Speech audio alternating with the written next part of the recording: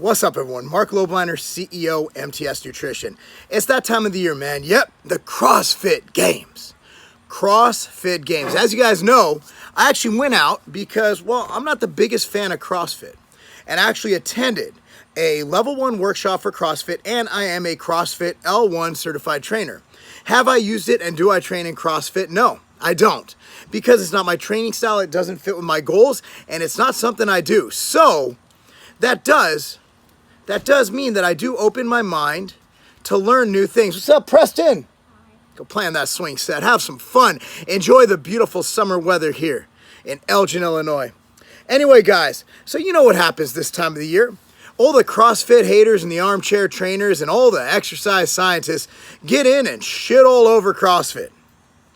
And I gotta admit, I've done it before, man. I've taken big dumps over CrossFit.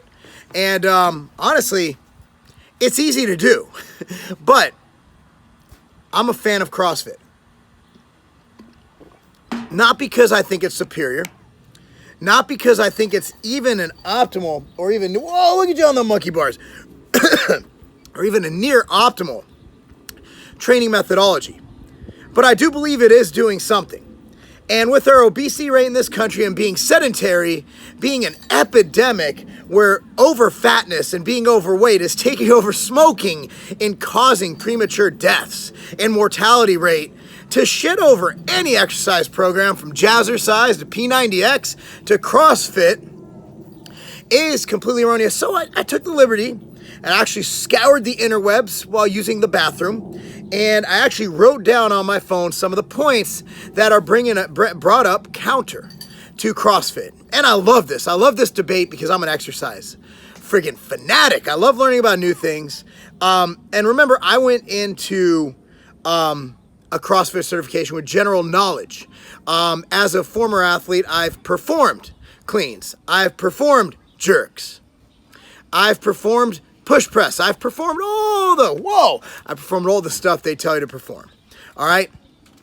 So let's go over some of the objections to CrossFit, and also let's go over ways to make it better. Now, I did write a CrossFit program based on regressions. Personally, I don't like taking things overhead for most people, including athletes. Now, when I say taking things overhead, I'm all for a static hold into a lunge. I'm all for shoulder pressing. But when you get into explosive movements like snatches and cleans, I don't think they're worth the risk that comes about from doing them when getting ready for sports. Again, if I'm training an Olympic athlete, it's different from training any other athlete. Now, people like Travis Smash and other expert trainers disagree with me. They're also, they might be a different form of trainer. That might be their methodology. I'm not saying it's wrong. I'm saying it's not one I prefer to use. I prefer to keep it simple. I like to do overhead lunging type movements. I like to do anything I could do with stability, with core, any unilateral stuff. I love hex bar deadlifts, and I've gotten away from loading the spine with squats and gone more into unilateral things that utilize balance, such as lunges, side lunges, reverse lunges, things like that. I found it puts a lot less load on the athlete's back, especially the younger athlete. And I've also found that we get enough posterior chain load with hex bar deadlifts. And also, we only have about 2 days a week to work in regards to everything else they have going on with training and all the other development they do. With that said, there is a huge injury risk when CrossFit is done in a group setting. Now, the beautiful thing about group settings is people have been shown to work harder in group settings. Music, mindset, all those things have been shown to improve performance in studies. But here's the problem. When you combine these just completely intricate, very hard to learn movements, these Olympic movements, these overhead snatches, even push presses, even cleans, you know, you're loading, and we also combine it with time. You want to do it for a certain time within the certain time. You have load, you're increasing the load, and you have things like AMRAP, as many reps as possible in a given time. You have an issue for injury, because once you get tired, your form breaks down, which is why people go, you had like 3 reps left in the tank. I didn't want to use those 3 reps. I want to make sure my form is perfect, and just because I had reps in the tank doesn't mean I have to use it. You photobombing me, bro. Another argument, it's only social, not physical. People are just there because Bob from work is there, yada, yada, yada. Okay, cool. If being social and hanging out with your buddies from work makes you exercise and avoid being obese and dying, yes. And also with the fact that training has been shown to be more instrumental as keeping weight off as diet, I think that's a great thing. Stone Cold Steve Austin. Look who I ran into in LA. Good to meet you. I've been watching your videos a long time. Tell me about this protein bar. So it's the Outright bar, man. It's all natural ingredients, made with real food. None of that. You ever want to work out? You want just a little snack, a little bar before training, but you know the other bars might give you a gut ball. Right. This is something that doesn't have any prebiotic fiber, no glycerin, no sugar alcohols. It's whole, real food. That is a tasty bar. Really? It's easy to eat. It's not too chewy. Normally eat something like this with a big ass glass of milk. That's good. So it's like a cookie. Really good. No, it's not good. If you want, we also have the, want to try the almond butter one while we're here? Love to. All right, so That's this a badass bar. This is made with almond butter, Steve. That's a winner too. Really? He's badass. Good protein bars. Where can people find these? Well, they can find it at any retail stores. You can find it at tigerfitness.com. Two badass protein bars. So they get two double middle fingers up from Stone Cold Steve Austin, and that's the bottom line. And then there's a problem with training everything. You can't become really good at anything if you do everything. And CrossFit is, they gave an analogy when I did the CrossFit course. And they were talking about Eddie Hall, who has the record in the deadlift, or had it at the time. Yeah, sure, he could deadlift 1,000 pounds, but what's his 5K? Excuse me. Who the fuck cares what his 5K is? He deadlifts 1,000 pounds. That's his sport. So CrossFitters do have an elitist attitude by being the best of the average at everything. I agree with that. I agree. But I love CrossFit. I'm not going to diss CrossFit. I just don't like that statement at all. If I don't care what his deadlift is. He's the strongest man in the world. Another problem is same program for everybody. Progressions. Can't just scale load and intensity and not change the program. Yeah. If someone's not ready to do a squat, if they can't go full deep, if they don't have the core strength, I agree. People should not be doing the squats. I believe people should be doing air squats, be qualifying with planks. I completely agree with that. Again, but I don't run group training sessions. However, what I do when I have different levels of development, we split them into groups.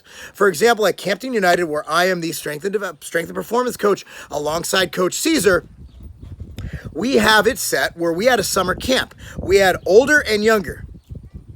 And I trained them based on their progressions. Generally speaking, with age came experience. So the older kids generally had certain level of development where they could do certain movements. They could do a hex bar deadlift. Whereas the younger kids, I might have them do goblet squats on the medicine ball, and I might have them do TRX band pulls with the scapula to make sure that their scapula can come together so we can progress to the hex bar deadlift.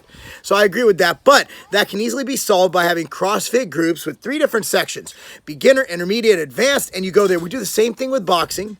We do the same thing everywhere I've ever trained. The only CrossFit studio would do that is one that really sucks. Unfortunately, there are shitty trainers in every modality of training, including CrossFit, boxing, MMA, whatever. So there's no one size fits all. There's no one size fits all. That's why I think breaking it into groups, for us it was 2 groups, older and younger, but for Gen Pop, if you have 50 people in a group, yeah, you might have 3, 4, even 5 groups, and that's a biatch to coach. So, sometimes it comes out of that. So why CrossFit is great. People enjoy it. It gets them to the gym. I don't care if it's social. I don't care if they have donuts and ice cream afterwards. Get them moving. It's still better than what they're doing, which is going home, popping open a 6-pack, sitting on their butt, and watching TV. Not a big thing. Unlike my kids who just randomly play soccer right behind me when I film a video. Now I got to watch my cursing. It was all the way over there before. People enjoy it. I don't care what training you do, P90X. I don't care if you do jazzercise. I don't care if you do the Thigh Master. I don't care if you walk, run, jog, downhill, slalom, ski. I don't care. Just get off your butt and move. Preston, there you go. Go play on the grass. And again, movement is good. The problem with our country is people are sitting on their butts. You have all these supposed exercise experts going on and critiquing methodology. Dude, for the general population, just do something you love and be safe about it. And there are good and safe CrossFit gyms. Yeah, a lot of them are garbage. I've seen them. But I can't remember the one I got my course at, but it was actually a really good gym. And if I remember that by the end of the video, I'll say it. If not, sorry.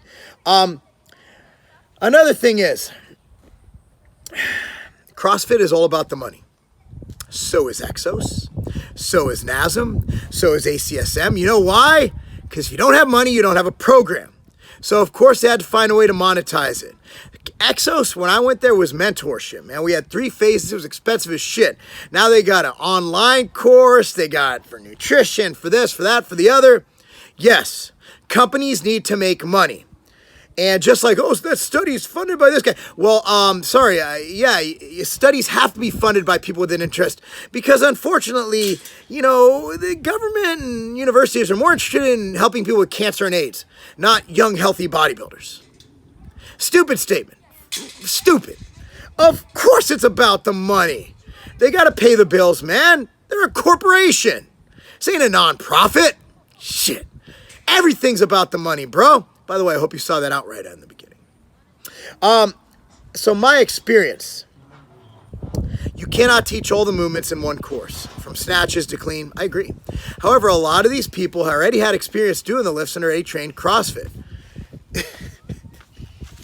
That's why I don't do videos outside, but it's so nice out. I just wanted to work outside today. So, yeah, I agree. You can't, I think to teach a proper snatch or clean or any of those, you need months of lifting under your belt. Months. And that's why I don't use them. That's why I personally don't use them. And that's why in the program I'm going to link down below that I put on Tiger Fitness, we don't do any of those. We do partial snatches. We do all that. We do not do full snatches because, hey, nobody's going to be able to learn those. I mean, by the time you learn them, you've lost 6 months of hard training. So my experience in the course, it was great. They actually taught better form than any course or lecture I've ever been to. However, in practice, it all fell apart. When they got to it, we learned everything with pristine form. What happened is after we got out there and we started doing our things, everybody's form broke down and the instructors did not correct it. And that was a shame. And I even told them after the fact, after I got 100% on their test, I said, this is not right. This is how people get injured. So another issue is overtraining. By pushing yourself to the limit every single workout, even Dana Lynn Bailey, who is a freak, a training freak, she got rhabdo from CrossFit. So be cognizant. I do not think that a lot of CrossFit trainers take in training intensity and just your body breaking down into fact. I think they just don't factor that in. And that's a problem. So last argument, you're better off with a specific program. Yeah, I agree. However, most people get bored as shit weight training and doing cardio. If they can do CrossFit with their bros, still get results, and be healthier, and do it safely, I see nothing wrong with CrossFit. So I implore all you exercise guys out there, stop being such closed-minded jerks. Seriously. I mean, our main issue isn't people getting injured in CrossFit. How many people get injured in CrossFit? It's a good amount, but let's be real here.